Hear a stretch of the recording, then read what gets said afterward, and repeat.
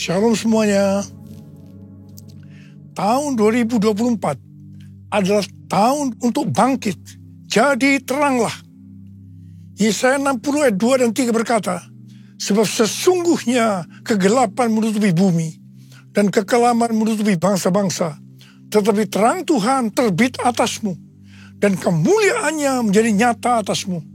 Bangsa-bangsa berduyun-duyun datang kepada terangmu dan raja-raja kepada cahaya yang terbit bagimu. Hari-hari ini Pentakosta ketiga sedang turun. Dan Tuhan Yesus berkata dalam Matius 5 ayat 14 sampai dengan 16 bahwa kita adalah terang dunia. Hendaknya terang kita bercahaya di depan semua orang supaya mereka melihat perbuatan kita yang baik dan memuliakan Bapa kita yang di sorga. Bangkit dan jadi teranglah, artinya kita harus taat kepada tuntunan Tuhan secara radikal. Pada waktu Musa dan orang Israel berjalan di padang gurun, mereka dituntun tiang awan dan tiang api. Mereka secara radikal harus taat kepada tuntunan Tuhan ini. Kalau tiang awan dan tiang api itu berhenti, mereka juga berhenti dan berkemah. Kalau tiang awan dan tiang api itu naik, maka mereka juga bergerak. Berapa lama pun awan itu diam di atas kemah suci, baik 2 hari, sebulan, atau lebih lama, orang Israel tetap berkemah dan tidak berangkat. Tetapi ketika awan itu naik, barulah mereka berangkat. Jadi atas titah Tuhan mereka berkemah. Dan atas titah Tuhan juga mereka berangkat. Seperti yang dilakukan oleh orang Israel pada waktu itu. Maka Tuhan menghendaki agar kita harus taat secara radikal terhadap tuntunan Tuhan. Dalam menyelesaikan amanat agung sampai dengan tahun 2033, Tuhan memberikan pengertian bahwa kita saat ini seperti orang-orang Israel yang dipimpin oleh Yosua untuk memasuki tanah perjanjian. Pada waktu itu mereka akan melalui jalan yang belum pernah mereka lalui sebelumnya. Karena itu mereka harus mengikuti tabut Allah. Kita pun saat ini sedang berjalan melalui jalan yang belum pernah kita lalui sebelumnya. Pintu sudah dibuka oleh Tuhan. Tetapi jalan yang di depan kita belum pernah dilalui sebelumnya. Karena itu kita harus mengikuti tuntunan Tuhan secara radikal. Katakan amin. Orang Israel harus mengikuti tabut Allah dengan jarak kira-kira 2000 hasta. Sekitar 914 meter. Tidak boleh terlalu dekat, juga tidak boleh terlalu jauh. Supaya mereka tidak kehilangan arah dan tidak tahu jalan yang harus dilalui. Begitu juga dengan kita dalam mengikuti tuntunan Tuhan. Tidak boleh terlalu dekat dan juga tidak boleh terlalu jauh. Pengertian tentang terlalu dekat dan terlalu jauh dari tuntunan Tuhan terdapat dalam Pengkhotbah 7 ayat 16 dan 17 yang berkata, janganlah terlalu saleh, janganlah perilakumu terlalu berhikmat. Mengapa engkau akan membinasakan dirimu sendiri? Janganlah terlalu fasik, janganlah bodoh. Mengapa engkau mau mati sebelum waktumu? Jadi di sini jelas bahwa kita harus memperhatikan dengan seksama agar kita tidak terlalu dekat dan juga tidak terlalu jauh dari tuntunan Tuhan karena akibatnya bisa fatal. Terlalu dekat di sini artinya terlalu saleh. Perilaku yang terlalu berhikmat. Pengertian ini harus dihubungkan dengan Amsal 3 ayat 7 yang berkata, janganlah engkau menganggap dirimu sendiri bijak. Takutlah akan Tuhan dan jauhilah kejahatan. Ini juga bisa diartikan jangan sok rohani. Jangan paling benar sendiri. Ingat, akibatnya bisa fatal. Sedangkan terlalu jauh bisa diartikan terlalu fasik dan bersikap bodoh. Ingat, akibatnya bisa fatal. Supaya kita tidak terlalu dekat atau terlalu jauh dari tuntunan Tuhan, maka kita harus memperhatikan pesan Yosua kepada bangsa Israel yang akan masuk ke tanah perjanjian dengan mengikuti tabut dalam Yosua 3 ayat 5. Kuduskanlah dirimu, sebab besok Tuhan akan melakukan perbuatan yang ajaib di antara kamu. Jadi kita akan tahu kalau kita tidak akan menyimpang dari tuntunan Tuhan, kalau kita menguduskan diri untuk menyelesaikan amanat agung sampai dengan tahun 2033. Jalan yang kita tempuh belum pernah dilalui sebelumnya. Karena itu kita harus menguduskan diri, supaya tidak menyimpang dari tuntunan Tuhan. Layaklah segala bangsa sujud kepadamu,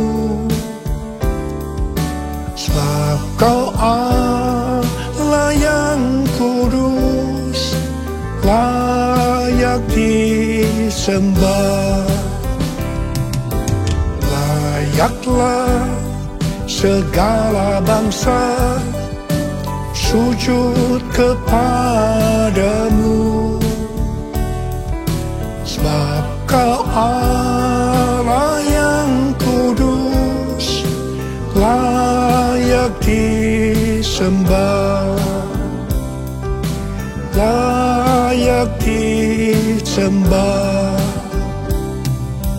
layak disembah.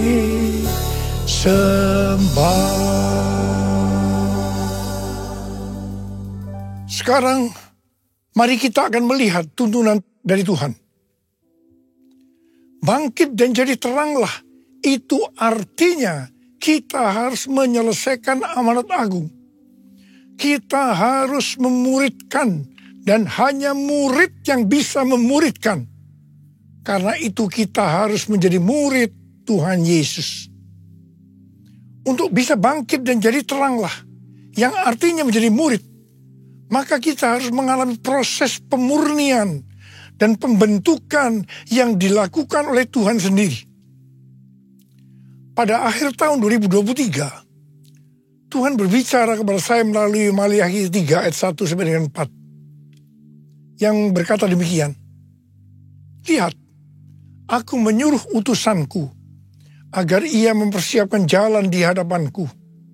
Tiba-tiba Tuhan yang kamu cari akan datang ke bait-Nya. Utusan perjanjian yang kamu inginkan itu sesungguhnya ia datang. Firman Tuhan semesta alam. Siapakah yang dapat tahan akan hari kedatangannya? Siapakah yang dapat tetap berdiri ketika ia menampakkan diri? Sebab ia seperti api pemurni logam dan seperti sabun penatu. Ia akan duduk seperti orang yang memurnikan dan menahirkan perak. Ia menahirkan orang Lewi, menyucikan mereka seperti emas dan perak, supaya mereka menjadi orang-orang yang mempersembahkan kurban kepada Tuhan dalam kebenaran. Maka persembahan Yehuda dan Yerusalem akan menyenangkan hati Tuhan, seperti pada hari-hari dahulu kala, dan seperti tahun-tahun purbakala. Pastor D, pendoa syafaat saya yang berada di Perth, Australia, memberikan pesan Tuhan kepada saya bahwa tahun 2024 ini adalah tahun tiba-tiba. Baptisan api atau pemurnian gereja akan terjadi secara tiba-tiba dan kemuliaan Tuhan turun. Hal ini akan mengakibatkan penuaian jiwa akan terjadi secara cepat. Mereka berbondong-bondong masuk ke dalam kerajaan Allah. Mereka datang dari berbagai lapisan masyarakat. Orang tua dan anak-anak muda dari berbagai macam latar belakang. Anak-anak muda akan lapar dan bergairah untuk Tuhan. Pentakosta ketiga akan dinyatakan seperti belum pernah terjadi dan disaksikan sebelumnya. Karena hal itu akan terjadi di rumah-rumah melalui penyembahan, sehingga terjadi kesembuhan, mukjizat, pencurahan Roh Kudus yang akan menarik jutaan jiwa ke dalam kerajaan Allah. Haleluya! Curahkanlah kuasa-Mu Tuhan, mujizat terjadi di tempat ini. Curahkanlah kuasa-Mu Tuhan, mujizat terjadi sekarang ini. Curahkanlah kuasa-Mu Tuhan, mujizat terjadi di tempat ini. Curahkanlah kuasa-Mu Tuhan, mujizat terjadi sekarang ini. Mujizat terjadi sekarang ini. Mujizat terjadi sekarang ini. Tuntunan Tuhan yang kedua sebagai berikut. Bangkit dan jadi teranglah, artinya mendeklarasikan kemenangan ketika dicoba iblis. Judul perikop Matius 4 ayat 1-11 adalah Yesus dicobai di padang gurun. Di sini Tuhan Yesus yang dalam kondisi lapar setelah berpuasa 40 hari 40 malam dicobai iblis. Ada 3 jurus pencobaan yang diberikan oleh iblis kepada Tuhan Yesus. Perlu dicatat bahwa 3 jurus pencobaan iblis ini juga secara terus-menerus ditujukan kepada orang-orang Kristen. Seperti Tuhan Yesus yang menang ketika dicoba iblis, maka kita pun harus menang. Bangkit, jadi teranglah. Kita akan melihat 3 jurus pencobaan yang dilakukan oleh iblis. Jurus pertama, iblis berkata kepada Tuhan Yesus, "Jika Engkau anak Allah, perintahkanlah supaya batu-batu ini menjadi roti." Iblis tahu bahwa Yesus sedang lapar. Dia butuh roti. Di sini iblis menekankan bahwa hidup di dunia yang paling penting mencari roti. Roti berbicara tentang hal-hal yang jasmani. Kalau tidak ada roti, maka akan mati. Karena itu cari roti dengan segala macam cara kalau perlu. Tetapi apa jawab Tuhan Yesus?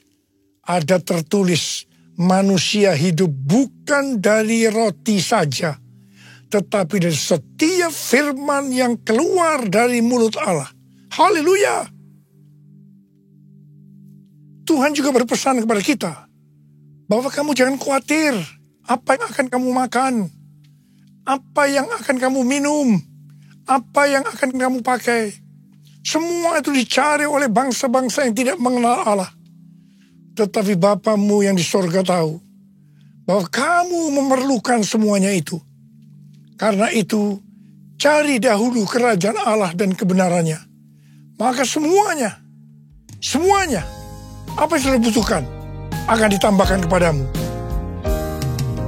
Carilah dulu kerajaan Allah dan kebenarannya, maka semuanya akan ditambah padamu.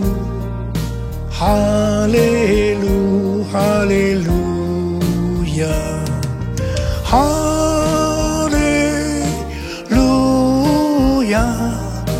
haleluya, haleluya, haleluya,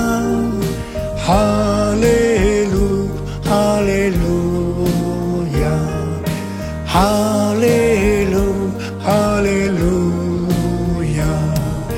haleluya, haleluya.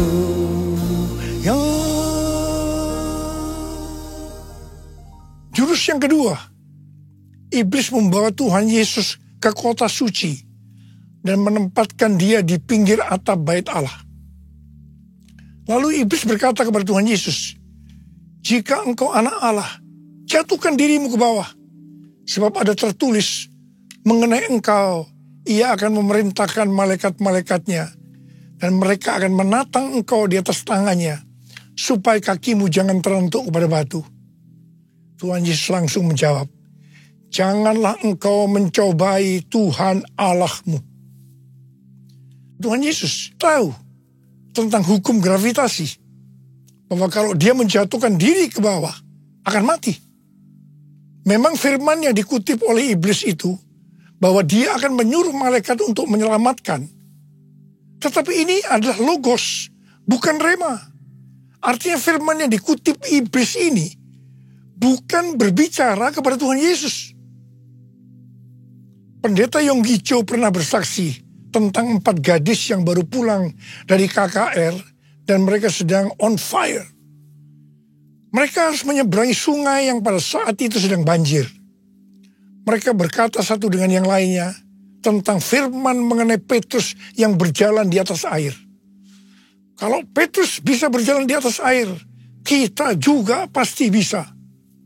Dengan bergandengan tangan mereka menyeberangi sungai yang banjir tadi. Apa akibatnya? Akibatnya 4 gadis itu mati terseret banjir. Mereka rupanya tidak mengerti bahwa Petrus bisa berjalan di atas air karena disuruh Tuhan Yesus. Jadi Petrus itu sebenarnya berjalan di atas firman Tuhan. Iblis berusaha untuk menjebak kita dengan jurus seperti ini. Saya diingatkan tentang faham hyper grace yang berkata, kalau kita sudah lahir baru, kita bisa melakukan apa saja. Dan Bapa di surga pasti tersenyum. Artinya kita tetap selamat. Ini yang disebut mencobai Tuhan. Hati-hati. Jurus yang ketiga, iblis membawa Tuhan Yesus ke atas gunung yang sangat tinggi dan memperlihatkan semua kerajaan dunia dengan kemegahannya. Iblis berkata, semua ini akan kuserahkan kepadamu jika engkau sujud menyembah aku. Langsung Tuhan Yesus berkata kepada iblis, enyahlah iblis, sebab ada tertulis, engkau harus menyembah Tuhan Allahmu, dan hanya kepada Dia sajalah engkau berbakti. Ingat, penguasa dunia ini adalah iblis. Dia bisa memberikan kepada siapa saja yang dia kehendaki, yaitu orang-orang yang mau menyembah dia. Jurus ini banyak mengalahkan orang-orang Kristen. Hati-hati. Hati-hati. Sesuai dengan perumpamaan tentang seorang penabur, maka Tuhan Yesus berkata, orang Kristen yang tidak berbuah disebabkan karena kekhawatiran dunia, tipu daya kekayaan, dan kenikmatan hidup. Ini adalah tipu daya si iblis. Kita harus bangkit, jadi teranglah. Kita harus mendeklarasikan kemenangan. Kita waktu dicobai si iblis. Saudara-saudara, kita semua harus menjadi pemenang. Yang mau menjadi pemenang katakan amin. Sebab hanya pemenang yang masuk surga. Sekali lagi saya mau katakan, hanya para pemenang yang masuk surga. Mari katakan bersama saya. Kitalah umat pemenang, kita umat pemuji, kita anak perjanjian, Yesus telah bangkit, kalahkan maut. Bangkit, ya lahir baru, jalan dalam kuasa darahnya, jadi ahli warisnya, anak Allah, anak Allah, anak Allah. Hei anak Allah, hei hei hei. Kitalah umat pemenang, kita umat pemuji, kita anak perjanjian, Yesus telah bangkit, kalahkan maut. Bangkit, ya lahir baru, jalan dalam kuasa darahnya, jadi ahli warisnya, anak Allah, anak Allah, anak Allah, hei anak Allah, hei hei hei hei. Mari angkat tangan kita di hadapan Tuhan, mulai berbahasa roh. Yang sudah berbahasa roh kita berbahasa roh. Ya Allah, masyaallah, oh ya Allah,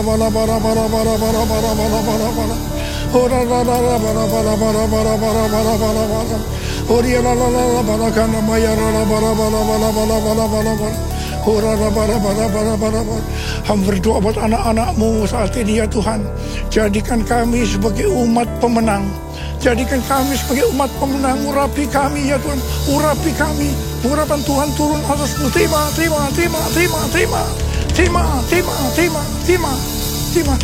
Dalam nama Yesus. Dalam nama Yesus. Haleluya. Amin. Saudara-saudara, kita akan masuk dalam perjamuan kudus. Kita akan mengingat ayat ini. Sebab setiap kali kamu makan roti ini dan minum cawan ini, kamu memberitakan kematian Tuhan sampai Ia datang. Perjamuan kudus adalah perjamuan Tuhan Yesus sendiri. Setiap kali kita masuk dalam perjamuan kudus, Tuhan Yesus selalu berkata, biarlah ini menjadi peringatan akan aku. Peringatan akan aku. Karena itu mari arahkan hati kita kepada kebaikan Tuhan. Kita akan mengingat kebaikan Tuhan. Supaya kita lebih mengasihi Tuhan Yesus. Kita lebih mengasihi satu dengan yang lain. Mari tundukkan kepala. Bapa, siapakah kami sebelum kami mengenal Engkau? Kami semua orang berdosa. Upah dosa adalah maut, mati. Tapi Engkau yang tidak berdosa telah dijadikan dosa oleh karena kami. Engkau harus turun dari surga mulia, mati ganti kami dengan penderitaan yang luar biasa. Sungguh kalau kami pikirkan betapa baiknya Engkau Tuhan. Engkau jadikan kami sebagai anak-anak-Mu. Engkau berkati, Engkau tuntun kami, Engkau tegur juga kalau kami salah. Itu Engkau ya Aba, itu Engkau ya Aba. Terima kasih buat kebaikan-Mu selama ini buat kami semua. Terima kasih, terima kasih, terima kasih. Tuhan akan memberkati kita semua melalui perjamuan kudus. Tapi Tuhan mau kita makan dan minum dengan cara yang benar. Karena itu masing-masing introspeksi. Lihat keadaan dirimu masing-masing. Jangan menyimpan dosa. Kalau ada dosa yang Tuhan ingatkan saat ini, langsung minta ampun. Langsung minta ampun. Ampuni kami Tuhan. Ampuni saya Tuhan. Ampuni saya. Ampuni saya. Tuhan, Kau melihat anak-anak-Mu sedang meminta ampun padamu. Layakkan kami untuk masuk dalam perjamuan kudus. Dan Kau akan memberikan berkat yang luar biasa buat kami semua. Terima kasih. Kami akan masuk dalam perjamuan kudus dengan hati yang penuh ucapan syukur. Dalam nama Yesus kami berdoa. Amin. Sekarang mari angkat roti di tangan kanan kita tinggi-tinggi. Sebab apa yang telah kuteruskan kepadamu telah aku terima dari Tuhan. Yaitu bahwa Tuhan Yesus pada malam waktu Ia diserahkan mengambil roti. Dan sesudah itu Ia mengucap syukur atasnya. Ia memecah-mecahkannya dan berkata, inilah tubuhku yang diserahkan bagi kamu. Perbuatlah ini menjadi peringatan akan aku. Sudah dikasih Tuhan. Bukankah roti yang kita pecah-pecahkan ini adalah persekutuan kita dengan tubuh Kristus? Mari kita makan dalam nama Yesus.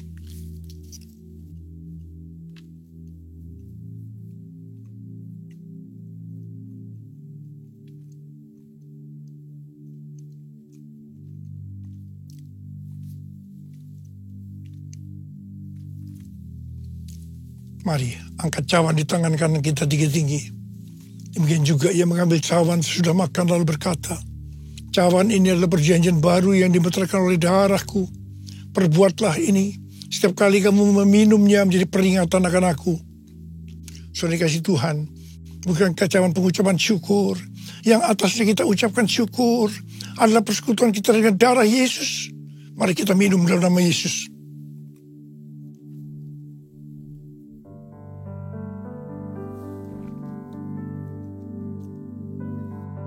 Mari angkat tangan kita di depan Tuhan.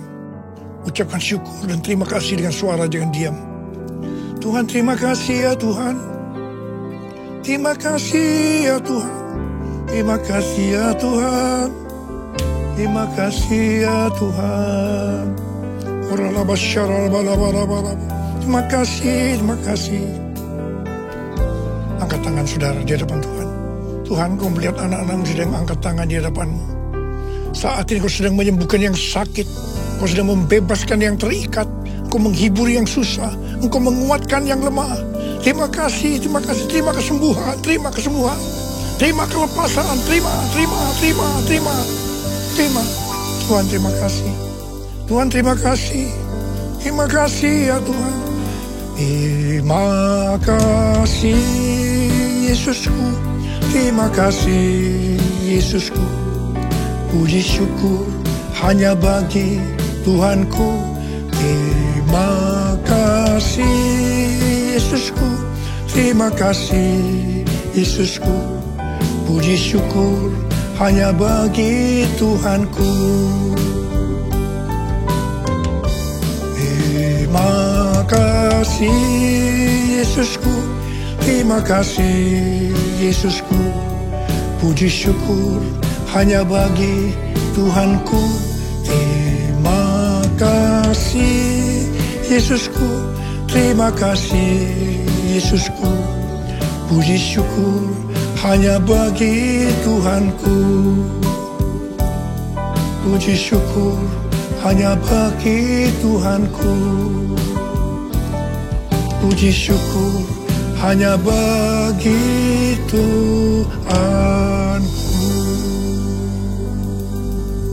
Makasih Tuhan. Terima kasih Tuhan. Terima kasih. Sekarang terimalah berkat Tuhan. Kasih karunia berlimpah-limpah daripada Allah Bapa dalam anak yang tunggal Yesus Kristus. Persekutuan yang manis dengan Roh Kudus menyertai kita semua. Mulai hari ini sampai Tuhan Yesus datang menjemput kita di awan-awan. Dan bahkan sampai selama-lamanya. Yang percaya bersama-sama katakan amin.